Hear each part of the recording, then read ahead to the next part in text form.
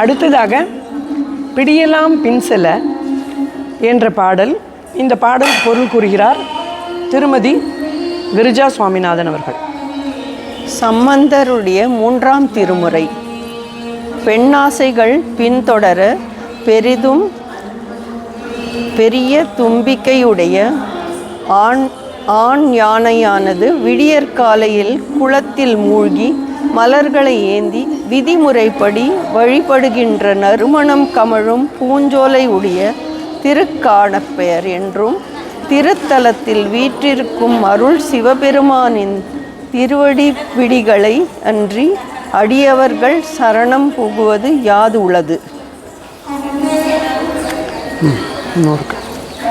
பகலில் குளத்தில் தாமரை மலர்களை தங்கி தேனை பருகிய வண்டினம் இரவில் மலரும் நீலோத்பல மலரை அடைந்து தேனுண்டு மகிழ்ச்சியில் பன்னிசைக்க விளங்கும் திருக்காளப்பேர் என்னும் திருத்தலத்தில் வீற்றிருந்து அருளும் இறைவனை கஸ்தூரி என்றும் மான் புணுகு பூனை இவற்றில் இருந்து பெறப்படும் வாசனை பொருள் சந்தனம் புனித நீர் கொண்டு அடியவர்கள் திருமுழுகாட்டி மலர் தூவி அர்ச்சித்து போற்றி வழிபடுவர்.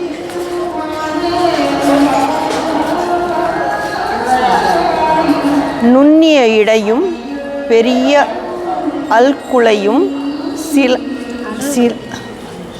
அல்குலையும் சிலம்பணிந்த மென்மையான பாதங்களையும் உடைய பெண்ணின் நல்லாகிய உமாதேவியை தன் திருமேனியில் ஒரு பாகமாக கொண்டு நெற்றிக்கண்ணுடைய சிவபெருமான் வீற்றிருந்து அருள்கின்ற திருக்காணப்பேர் என்னும் திருத்தலத்தில் விண்ணுலகை அருளும் விருப்பமுடையவர்கள் விரும்பி ஏத்துதல் கடமையாகும்.